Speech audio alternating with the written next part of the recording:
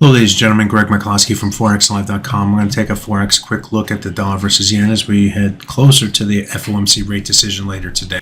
Focusing on the hourly chart, I'm going to put a horizontal line near at the 50% midpoint of the move down from the end of June high. That's this high right here to the low right here.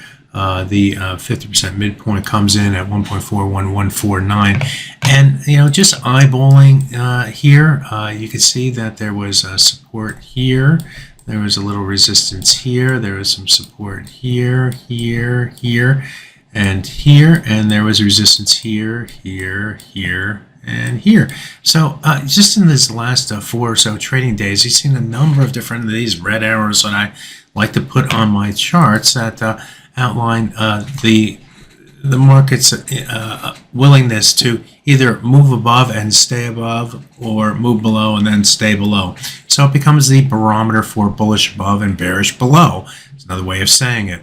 Also near that 50% retracement level now is the rising 100-hour moving average, and you can imagine that as the price, as we move closer and closer to the FOMC rate decision, it's going to get even closer to that level. The 100-hour moving average currently comes in at 141.01. The 50% retracement is 141.149. So going forward, technically, through that FOMC rate decision, it makes obvious sense that if the price were to move above those levels, guess what? The bias is going to turn more bullish. The market's going to be saying, we want to take this pair higher.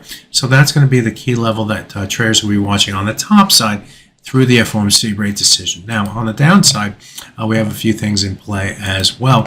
And the first one is obviously the green line that represents our 200-hour moving average. Last week, the price moved above it here after trading above and below it on this day right here, and then moved to the upside. So this moving average is moving higher, and it's also near this swing area through here, which I have earmarked as a resistance level here. We came up and we used just a little bit above that level as resistance there, and then we had a little above and below here, and then we had the final test on the downside here before we broke above and held the support that level and moved to the upside. So this 200-hour moving average, this little swing area right here down to 139.75 is going to be a level that if we were to get below each of those levels, that would likely lead to further downside momentum to the downside.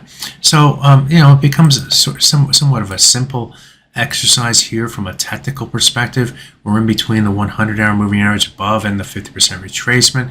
We're on the downside, we are above the 200-hour moving average in this swing area right here. If the market should move in either direction on the top or bottom side, that would tell me that the market is saying more bullish on the top side or more bearish on the downside. And then we looked for the other targets. Other targets would include the high price from last week's trading, and which is near the 61.8% retracement on the downside, this lower swing area through here. If we break below that level, then we look toward the 100-day moving average, which by the way, has surpassed the 200-day moving average back here. Recall that the price tested the 200-day moving average and found support buyers on the top side, breaking above the 61.8% retracement leads to further upside momentum in that for that currency pair.